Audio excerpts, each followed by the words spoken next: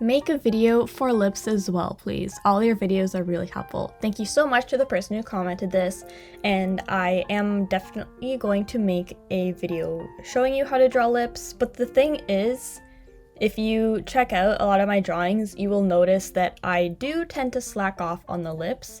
I usually just draw a line, and occasionally I'll do a half circle and shade it in for like the top lip, and then just hint at a bottom lip as well.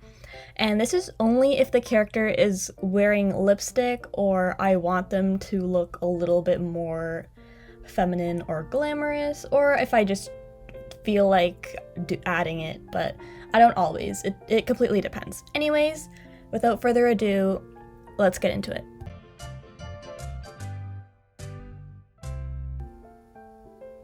Alright, we're first going to start with a head.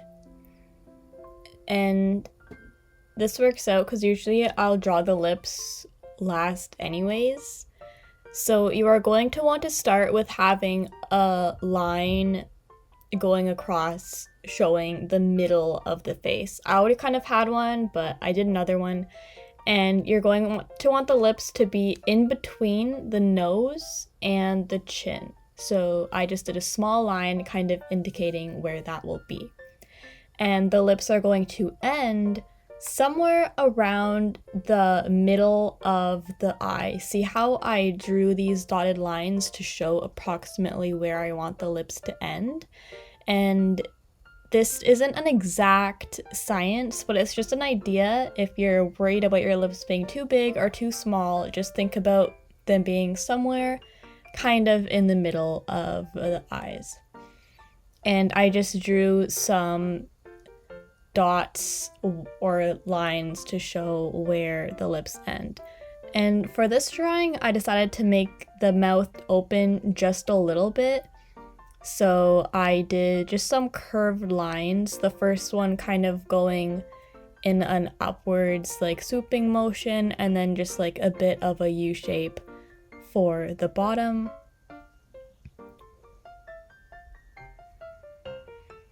And the line gets lighter as it goes closer to the end. Now, I feel like a mistake that some people will make, not necessarily a mistake, but is they will draw the lips starting from like the very end of the mouth, and they will color it all one color, and it just looks very bold and dramatic. And this can be a look depending what you're looking for, but typically I would go for a different, more natural kind of style. So here I'm mapping out where the top and the bottom of the lips are going to go. The top of the lips, I'm going to have a bit of a cupid's bow, that's why it's tipping down a little bit like a U, and then another U at the bottom. Alright, now that that's done, we are going to slowly bring down the lips, not quite connecting them. Although you can, personally, I would leave that for the coloring stages. But I will bring them close, just getting a little bit lighter each time.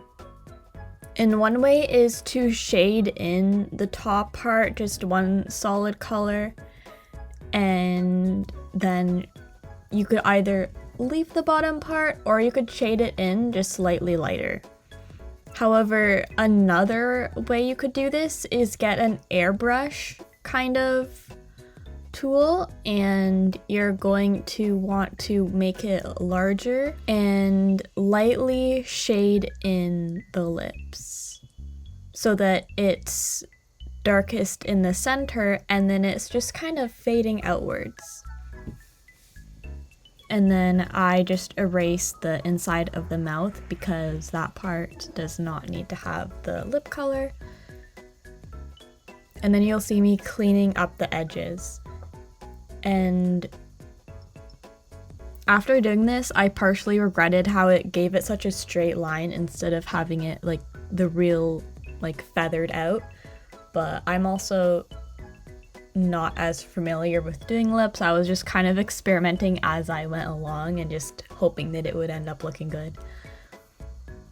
I did end up going back and fading the edges a little bit to make it a little bit softer.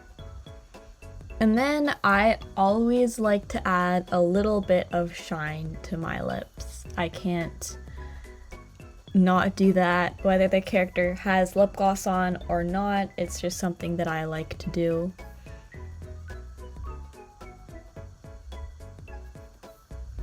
And then I just erase the rest of the extra lines that we don't need anymore. And the lips do kind of stand out right now because they are a red and the rest of the sketch is in a pencil gray kind of color. So I do end up making it the same color as the rest of the sketch to make it look like it makes sense a little bit more in the drawing. And that's pretty much it. There are so many different ways that you can draw lips, and I don't want this to seem like this is the way you have to do it. It's definitely not super realistic and fairly stylized. And I also feel like I exaggerated the not touching the ends of the lips more than I needed to. But it's okay. It doesn't have to be perfect. As you'll see here, I'm just showing other shapes the lips could be. Like, it could have the Cupid's bow, or it could be fully rounded at the top. Both are good options. You could also look at pictures of different people's lips and just reference those. And that's pretty much it. As a little bonus, I wanted to throw in some tips on how to easily color lips without it being too overly powerful. So first, you're going to want to take the skin tone, as you can see here, move it a little bit to the right and a little bit down, so it's being more vibrant and more dark, and then make it a little bit more red. Move it a little bit closer to the red. And then you will see a very natural looking lip color. Of course, you could play around with it and everyone's lips are a different color, but I'm just going to show the example with each one of these skin tones. Move it to be a bit more vibrant and a little bit darker, and then make it a little bit warmer or redder. Because you don't want to just make like the same pink lips on every single person. Of course, if they're wearing lipstick, it could be whatever color you want. But if you're trying to make them look natural, then this is just a method that I find can be helpful. Again, these aren't super strict rules. You can definitely play around with it a lot, but it was just to give a little bit of a base idea to make it look like the character isn't wearing lipstick, if you don't want them to appear that way.